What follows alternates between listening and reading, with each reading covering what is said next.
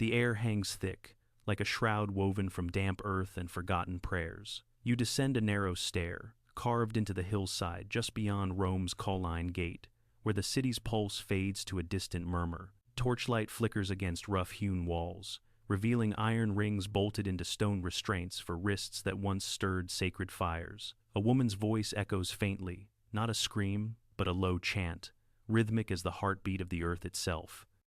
It breaks on a gasp, then resumes, defiant.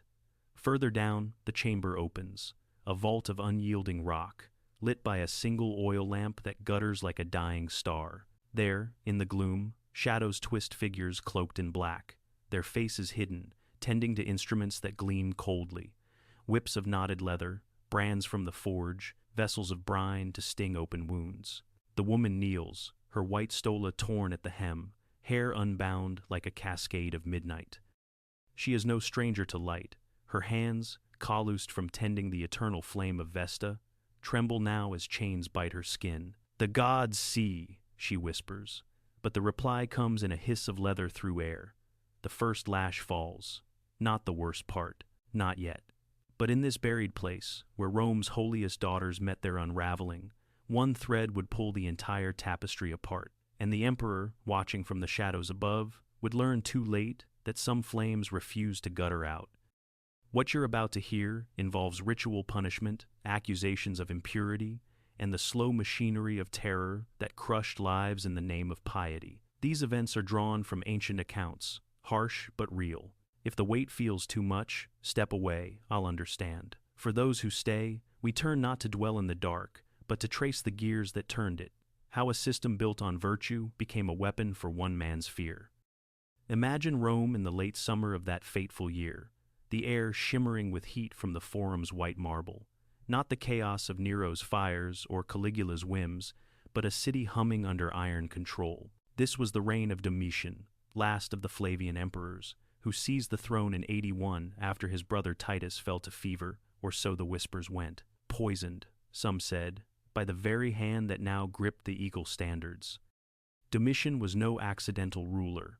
Born in the shadow of civil war, he had waded through his father's rise and his brother's glory, honing a mind sharp as a gladius. But this wasn't madness, as his enemies later painted it. This was a machine oiled by paranoia, geared for absolute command. Rome, sprawling from the misty isles of Britannia to the sun-baked sands of Syria, faced threats not just from barbarian spears but from within.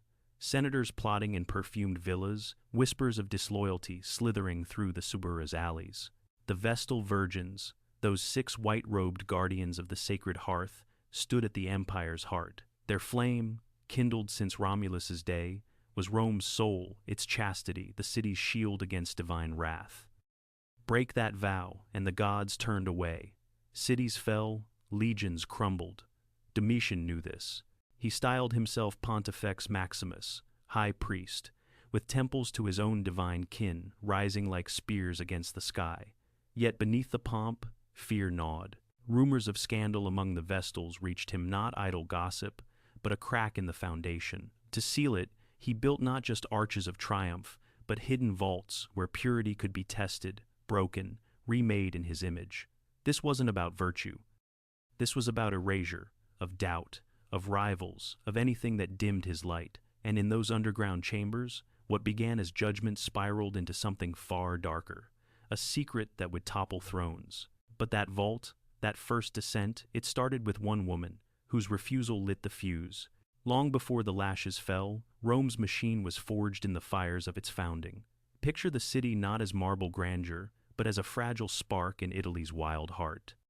7 hills huddled against the Tiber, where wolf-raised twins, Romulus and Remus, traced their line to a Vestal's forbidden womb. Rhea Silvia, daughter of a dethroned king, sworn to Vesta's unyielding chastity, bore those boys in secret, her body a battlefield between piety and fate. The gods intervened, or so the tales spun. A river god's embrace, a she-wolf's milk. From that paradox purity breached, yet, birthing empire, the Vestals emerged as Rome's paradox too. Women unbound by husbands or fathers, yet chained to a flame that demanded their every breath. Chosen at 6 or 7, noble daughters ripped from nurseries, they served 30 years. 10 to learn the rites, 10 to perform them, 10 to teach. Their home, the Atrium Vestae in the Forum's shadow, was a fortress of white stone, its atrium echoing with chants over sacred spelt and spring water. They walked the streets with heads high, veiled in suffused light, their gaze averting men's eyes yet commanding them. A Vestal's touch could halt an execution, her prayer bind a runaway slave, but the vow, ironclad. Chastity wasn't mere abstinence, it was the city's contract with the divine. Extinguish the flame, or sully the flesh, and doom followed. Plagues, defeats, the earth itself cracking open. By Domitian's day, that machine had rusted at the edges. The Flavians Vespasian, the tax-gatherer turned emperor, Titus, the golden prince who quelled Vesuvius's fury, had clawed the throne from the year of 4 emperors' bloodbath. Civil war in 69, Galba's head on a pike, Otho's suicide, Vitellius's gutting in the Forum, Vespasian rose from Judean mud, his legions the anvil that hammered stability. But scars lingered. The treasury bled from rebuilding after Nero's blaze, borders frayed with chatty raids in Germania, Dacian horsemen probing the Danube. Senators, those toga-draped relics of the Republic, chafed under imperial shadow, their influence diluted to flattery and fear. Domitian inherited this in 81, at 30, his brother's corpse still warm. Titus had been the son charming, victorious, beloved. Domitian, the eclipse. Whispers called him the bald adulterer, mocking his receding hair and rumored trysts. Yet he moved with purpose. He doubled the praetorian pay, binding the guards' swords to his will. In the provinces, he fortified the limes Germanicus, those turf walls snaking through forests like veins of empire. Coins bore his profile, stern and laureled, reverses stamped with Jupiter's thunderbolt gods bending to his nod. But the machine's core was paranoia, forged in youth's forge. Domitian wasn't born to the purple. His father scratched wealth from Asian tax rolls. His mother died young, leaving him to Titus's shadow. As a boy, he huddled in a Pomegranate Street garret while Rome burned under Nero, the sky red as sacrificial wine. The year of 4 emperors scarred him deepest. Vitellian troops rampaging, his father absent in the east. Domitian, barely 18, hid in the capital's shrines, emerging only to broker a ragged peace. Betrayal's taste lingered, friends turned foes, oaths shattered like amphorae. Later, as Caesar under Vespasian, he chafed at consulships doled like crumbs. Titus's death in 81, convenient, some murmured, poison in the well water, or a fever hastened by sibling rivalry. Domitian ascended alone, but isolation bred phantoms. Senators plotted, he knew. Their villas hid daggers as deftly as scrolls. A botched revolt in 83, Lucius Antonius Saturninus crossing the Rhine, nearly cost him Gaul. He crushed it, but the echo haunted. Enemies everywhere, even in piety's robes. Humanizing the monster? Not quite. Domitian was no Caligula, giggling amid gore. He was a craftsman, molding fear into order. Early years showed promise. Aqueducts snaking fresh water to the masses. The stadium of Domitian rising in the Campus Martius, a marble oval for Greek-style games, where chariots thundered under his gaze. He rebuilt the capital after fire, its temple to Jupiter gleaming anew. Yet formative blows shaped the cruelty. That 69 hiding, Vitellians torching the temple around him, smoke choking prayers to Minerva. He emerged vowing control, no more chaos. Then Titus's shadow. The brother who commanded legions, bedded Berenice, earned cheers Domitian craved. Resentment simmered, turning to suspicion. By 85, a fire gutted the Palatine. Omens whispered disfavor. The Vestal's flame flickered that winter negligence, or sign. Accusations bubbled, unchaste whispers in the atrium. Domitian, as Pontifex, could judge, but judgment became theater. He didn't just condemn, he staged purity's trial, far from forum eyes. Underground chambers, dug beneath the evil field that cursed patch near the Colline Gate, where traitors' ghosts wandered. There, in secrecy, the machine whirred, not swift burial, but drawn-out tests. Whips to draw confession, isolation to break will. It started small, a warning to the order. But the system demanded more. One refusal, and the gears ground faster. Domitian watched reports by lamplight, his quill noting each lash. Not cruelty for sport, but control's calculus. Pure Vestals meant pure Rome, meant pure him. Yet, in that vaulted dark, something shifted. The first victim didn't shatter. She endured. And in her silence, the emperor glimpsed his own unraveling. But that was seasons away. First, the machine needed a face, a woman whose light would test its jaws. Dawn breaks over the Forum, that vast theater of stone where Rome performs its daily drama. It's early autumn, 83, the air crisp with fallen leaves swirling like omens around the rostra. Merchants hawk figs and garum in the basilica's shade. Augurs scan the skies for eagle flights. But in the atrium Vestae, a hush falls heavier than wool. 6 women move like ghosts in white, their fillets binding hair in sacred coils, veils diffusing the sun to a soft glow. They are the city's pulse, tenders of Vesta's flame, bakers of mola salsa for every sacrifice, weavers of the gods' consent. Today, one steps forward not in procession, but in quiet purpose. Her name is Cornelia, Virgo Maxima, chief of the order. At 35, she has outlasted her vow's first decade, her hands steady from years stirring embers, her eyes sharp as the augur's knife. Born to senatorial stock, she was plucked at 7 from a villa on the Aventine. Her father's library traded for Vesta's cloister. Cornelia remembers laughter there, brothers chasing peacocks, her mother's lyre at dusk. But memory fades like incense smoke. Duty fills the void. She leads the rites now. Midnight renewals of the fire, dawn prayers over the Palladian, that ancient wooden Athena, guardian against Troy's fate repeating. Cornelia's voice, clear as a bell over the Tiber, intones the hymns. She pardons a thief that morning, her touch on his brow like cool water. The crowd parts, even praetorians dip heads. She is Rome's daughter, untouchable, eternal. Yet, in her solitude, humanity lingers. Evenings, she traces mosaics in the atrium, scenes of nymphs dancing free, a reminder of girlhood's stolen joys. She confides in no one, but her thoughts drift to the world beyond. A sister's wedding, perhaps, or the Forum's triumphs. Chastity is her armor, not her cage. She wears it with the grace of one who knows its weight. Whispers reach her of troubles the flames flicker last winter, blamed on a junior sister's lapse. Cornelia quells it gently, a mother's hand on a fevered brow. The gods test us, she tells the order. Gathered in the inner sanctum, we endure. Her calm steadies them. Accusations are old as the hills, often born of envy or politics. Senators' daughters fill their ranks, after all rivals in silk who covet the Vestal's sway. Cornelia dismisses the rumors, refuels the brazier with olive wood. The flame leaps, hungry, alive.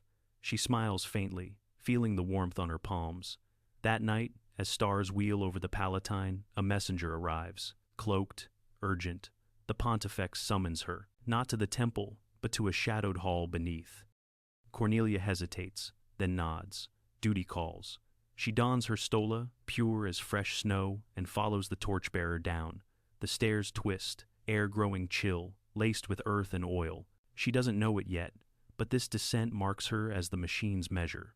Her light, so steady above, will face the dark below, and in refusing to bend, she'll crack the Emperor's careful world. The summons comes not as thunder, but as a ripple in still water.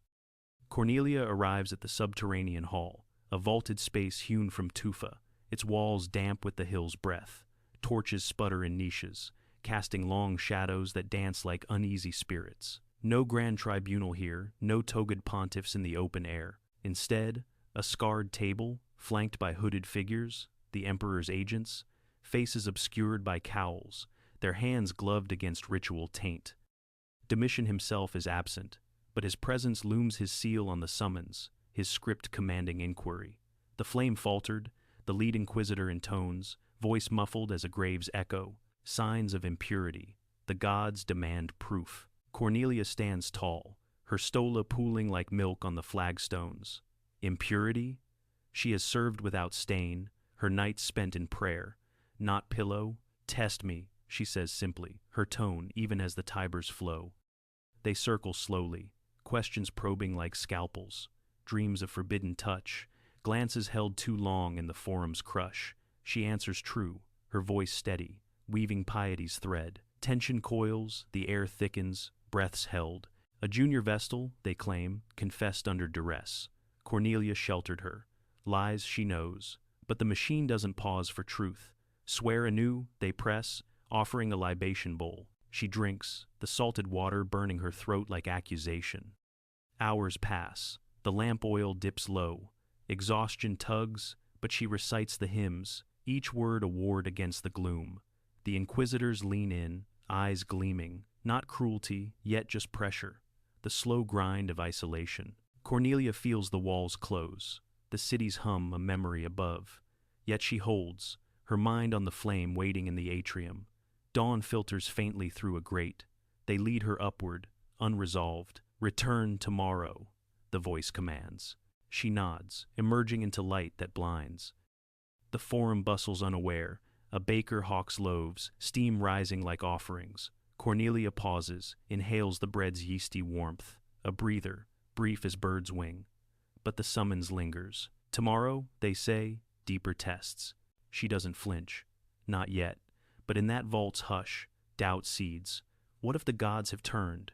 And above, in the Palatine's gilded chambers, Domitian pores over the report. Her calm unnerves him. The machine must turn harder. What if one woman's steel shatters the blade? The descent resumes at dusk, the second day bleeding into shadow.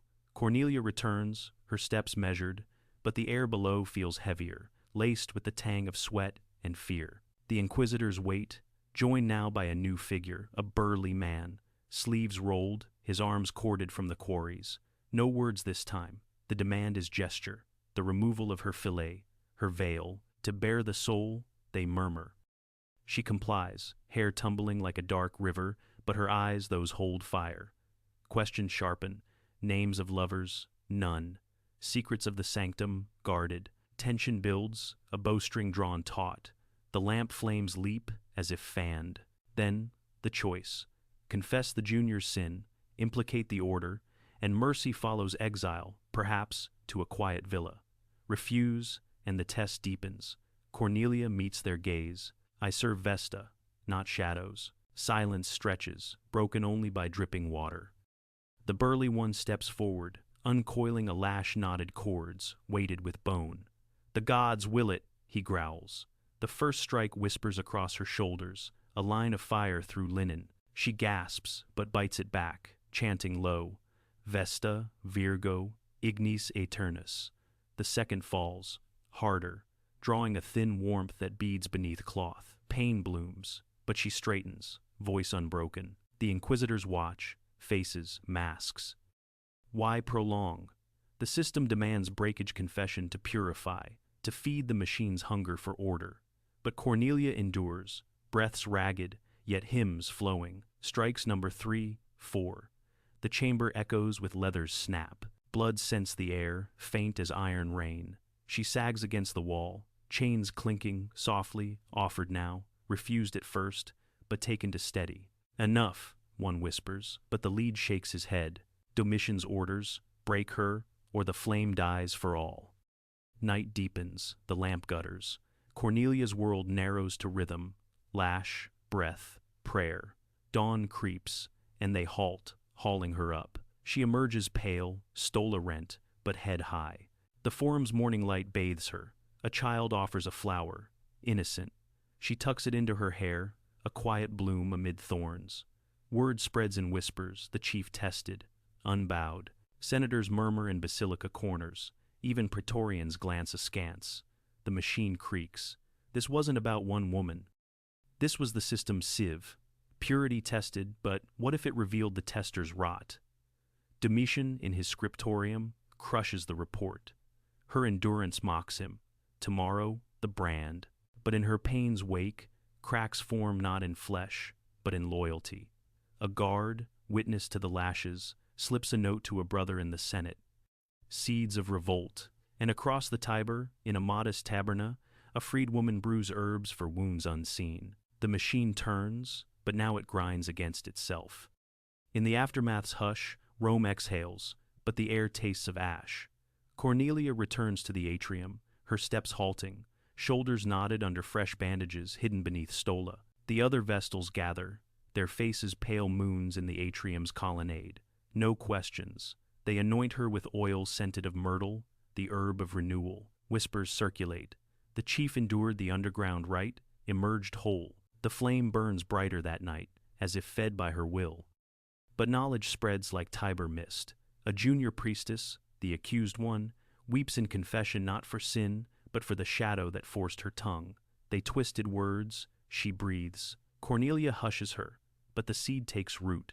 This wasn't personal, a lone woman's trial. This was the machine's blueprint, hidden chambers as confessionals, lashes as truth serum, all under the emperor's seal. Domitian's agents, those hooded enforcers, report not to pontiffs, but to the palace guard, incentives dangling, gold for compliance, exile for failure. Purity's guardians now guarded against, the sacred hearth, a tool for surveillance. Senators hear fragments, a cousin's daughter next. Fear ripples through villas, where togaed men pace marble floors, wine untouched. He tests the gods themselves, one mutters, quills scratching warnings to provincial kin. The system, meant to shield Rome from divine ire, now invites at chastity's vow a noose for the noble. Cornelia, in quiet hours, traces scars with fingertips, each a map of resolve. She doesn't break, she mends, teaching novices with renewed fire. But the parallel echoes today. Regimes that cloak terror in virtue, trials in basements where screams don't reach the street, Watergate's plumbers, Stalin's show trials, machines that grind dissent only to jam on one unyielding gear. Domitian senses the shift. Reports mention murmurs in the baths.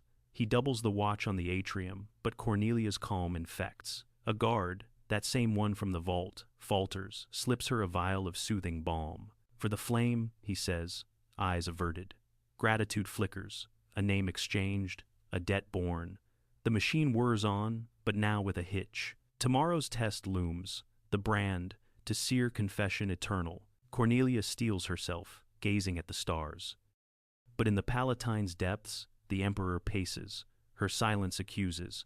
What if the gods favor the unbroken?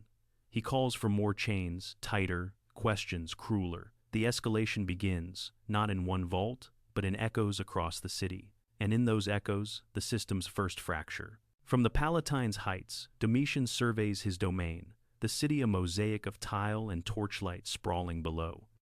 But his gaze lingers not on triumphs, but on shadows, reports stacking like cordwood in his scriptorium. The machine, that vast engine of empire, hums differently now. No longer Cornelia alone, the underground rites spread, tendrils into other lives. Perspective shifts, not the victim's fire, but the executor's cold steel. Consider Lucius, a mid-level agent in the emperor's web, a former legionary, scarred from Dacian skirmishes, now cloaked inquisitor in those tufa vaults. He reports to the praetorian prefect, a chain of command, slick as oiled blade. Suspicions funneled up, orders down, gold doled for results. Lucius isn't cruel by birth. The frontier hardened him, where chatty arrows whistled like judgments. But incentives bind. A plot uncovered earns a villa plot. Failure, the mines. Purity for the realm, Domitian's missive reads, stamped with Minerva's owl. Lucius nods, descends the stairs, torch in one hand, lash in the other. The chambers multiply 3 now, dug hasty under the evil field, their doors barred with imperial iron. Tonight, a secondary figure, not a Vestal, but a witness, a temple attendant caught in whispers. Speak, Lucius commands, voice echoing off damp walls. The man, a wiry scribe from the eastern provinces, trembles in chains. He saw nothing, a glance, perhaps between junior priestess and guard. But the machine demands yield. Villages of virtue emptied for one rumor, families sundered like harvest sheaves. Lucius lashes methodically, counting strokes to 5, then pauses. The scribe breaks, naming shadows. Lucius notes it, ascends to report. Above, in torchlit halls, the prefect nods. Good. The order cleanses. But Lucius hesitates in the corridor. The scribe sobs, clinging like smoke. Ironic, this. The emperor, devotee of Minerva the Wise, employs brutes to unearth wisdom from pain. A breather comes unbidden. Lucius pauses at a grate, gazing at the forum's lamps twinkling like fallen stars. Beauty amid the grind. A poet recites below, verses of lost loves. Lucius, unlettered, feels a pang, his own wife, dead in childbirth, her purity untested. The system spreads, another chamber for a senator's kin accused by rival, incentives flow, reports pile. Numbers blur, not tallies, but lives. A dozen attendants questioned, 2 Vestals pulled aside, whole rites disrupted.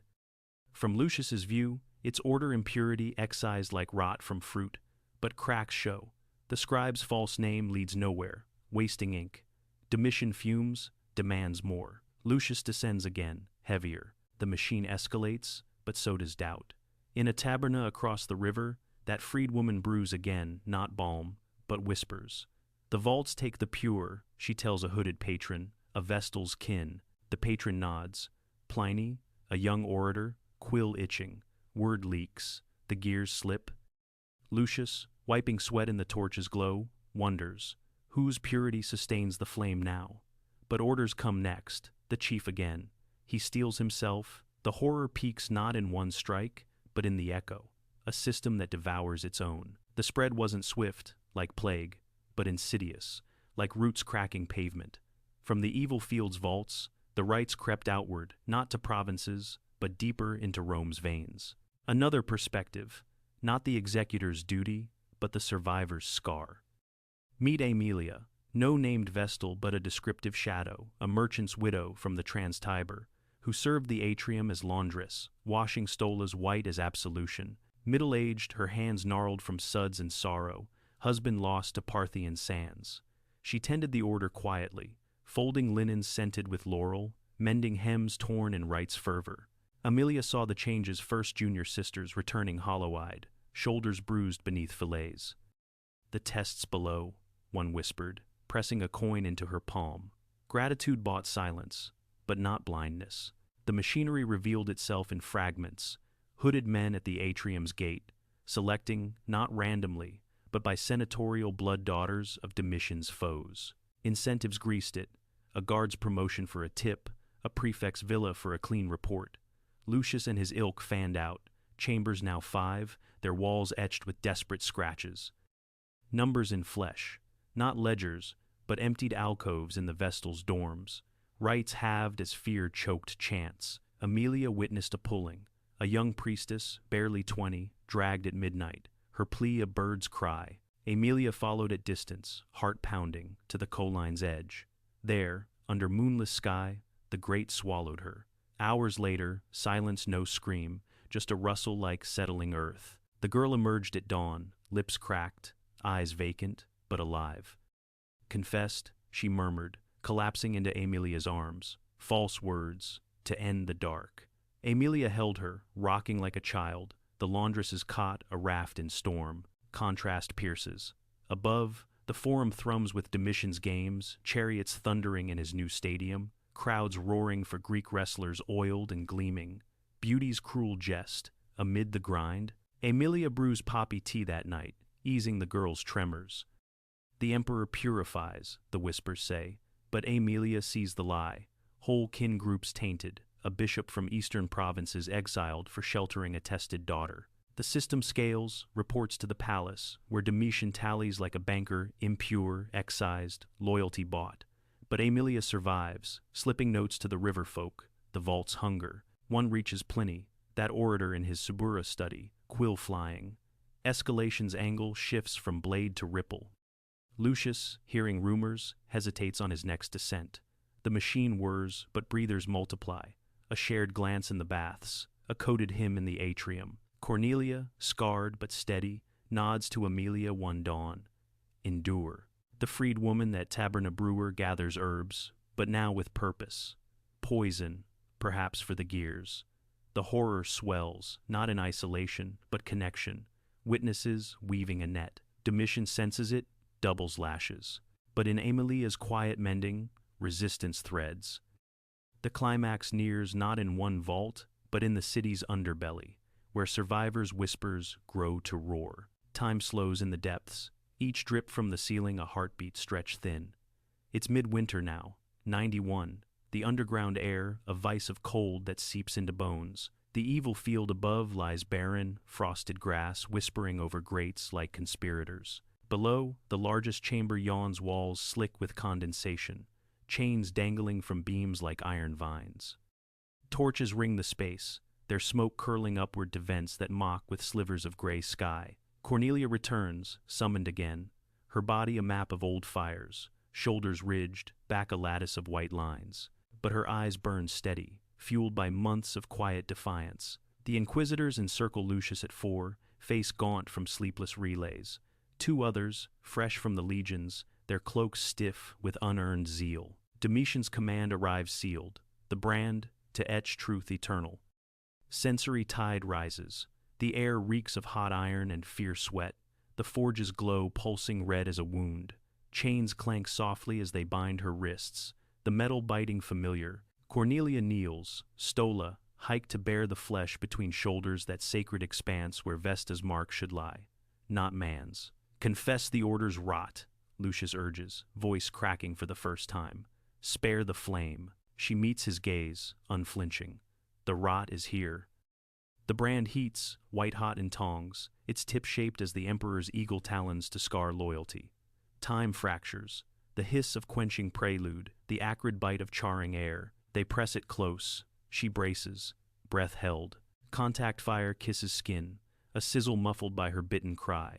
Pain explodes, white-hot, radiating like the sun's corona. But she chants through it, words fracturing yet unbroken. Vesta, Ignis, Roma. The brand lifts, flesh smokes, the eagle half-formed, rejected by will. Lucius recoils, the tool clattering. Enough. But the machine surges more chains, a vessel of brine dashed to sting the burn. Sensory storm. Salts grind like glass in veins, echoes of her gasp bouncing wild. Hours blur. They alternate. Lash, question, isolation in a side cell black as void. Cornelia endures, mind fleeing to memories a childhood olive grove. The forum's first triumph. Breathers flicker, a drop torch sputtering out, momentary dark. Lucius's hand trembling on the lash. The peak fractures, not in agony, but revelation. In the cell's pit, alone, she scratches a prayer into stone, not plea, but vow. The flame lives. A guard, that same faltering one, glimpses it later, heart twisting. He slips the key half-turn, enough for air. Above, the crack widens. Pliny's letters multiply, coded to allies. The chief unbowed, the emperor's hand shakes. Senators convene in shadowed peristyles, Aemilia's whispers fueling plots. The system overreaches. Another Vestal pulled, her cry carrying up the grate. Rome stirs, praetorians grumble over pay docked for impure guards. Domitian, in his throne room, crushes a goblet. Reports lie, confessions false, endurance legend. The breaking, not Cornelia's body, but the machine's illusion. Her survival mocks the right. The gods, silent, seem to side with her. Lucius defects that night, note to Pliny. The vaults lie empty of truth. The emperor rages, orders total all tested, buried if unyielding. But the crack propagates, whispers to shouts, shadows to steel. Cornelia ascends at last, borne by sisters, her brand, a badge, not chain. The forum awaits, tense as bowstring. The climax crests not in one scream, but in the collective gasp. The system, meant to purify, poisons itself, and in that poison, the end brews. Domitian's fall came not in thunder, but in a blade's whisper. That winter of 91 stretched into spring's uneasy bloom. The underground rites halted abruptly, chambers sealed, inquisitors scattered like chaff. Cornelia, branded but unbroken, resumed her place at the atrium's head, her presence a quiet rebuke. The emperor's machine, oiled for control, seized on its own excess. Senators, long simmering, struck first. Pliny's letters, once private, circulated in villas, painting the vaults as tyranny's heart. Lucius, the executor turned witness, testified in shadowed hearings, lashes tallied, false confessions exposed. The guard, loyal for gold, wavered when pay faltered. Rumors of impure funds tainted even their coffers. Domitian struck back, executing 3 plotters in the forum, heads on pikes, a warning writ in blood. But the tide turned. His wife, Domitia Longina, once exiled for a lover's dalliance, returned with venom. Whispers to the prefects, promises of Nerva's mild hand. On September 1896, in the Palatine's dawn hush, Stephanus the steward, bandaged arm, hiding a dagger, entered the emperor's bedchamber. Domitian, alerted by a forgery's chill, rose unarmed. The blade plunged, groin first, then throat. Others joined, a frenzy of steel. He fell at 44, gasping curses at the gods he claimed kin to. The Senate rejoiced, proclaiming damnatio memoriae. Statues toppled, names chiseled from arches, coins melted like lies. The Flavians ended, Nerva's gentle reign a balm. For survivors, scars lingered but lives knit. Cornelia served out her term, retiring to a quiet estate on the Appian Way, her brand covered in silk, her hymns sung to granddaughters. The Vestals reformed under Trajan trials, public again, vaults forgotten. Aemilia, the laundress, found coin from grateful kin, opening a herb shop where balms soothed more than wounds. Lucius vanished to the provinces, his legion scars traded for farm soil. The community, the order, the senators shifted. Power diffused, the machine's gears rusted. Long-term, irony bites deep. Domitian's buildings endure the stadium's curve, birthing Piazza Navona's embrace. Aqueducts feeding fountains that laugh at his fall. Documents meant to condemn him, Suetonius's scathing life. Tacitus's bitter annals became his unintended legacy, preserving the very excesses they damned. Rome stabilized, but the vault's echo warned, overreach invites the blade. Purity's price, paid in secret, bought a century's peace.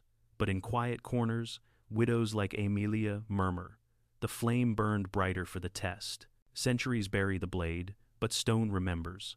Fast forward to 19th century Rome, when pickaxes hummed under the Colline Gate, unearthing not treasure, but terror's husk. In 1885, archaeologist Rodolfo Lanciani, that indefatigable digger with his notebook ever ready, probed the evil field, a scrubby patch, long cursed, where goats grazed over ghosts.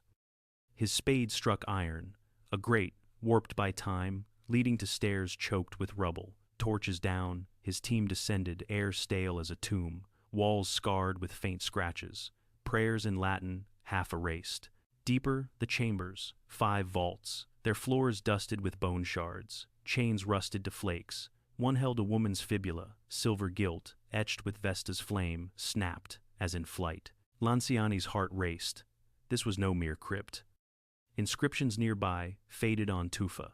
Under Pontifex Domitianus, purity tested. Brickstamps bore the emperor's era, 91 AD, confirming the rites date. Further digs yielded more. A branded iron fragment, eagle talons bent, vessels of brine, their lips crusted, no full skeletons the living left, the dead discreetly removed but echoes in pottery, oil lamps etched with hymns, defiant. Lanciani, publishing in 1897's Pagan and Christian Rome, called it the machine's underbelly, linking to Pliny's letters. Modern eyes widened, not myth, but mechanism. In 2021, Leiden's museum exhibit pulled it together, Domitian's coins beside chain fragments, Suetonius's venom next to Lanciani's finds. The discoverer, not one man, but a lineage.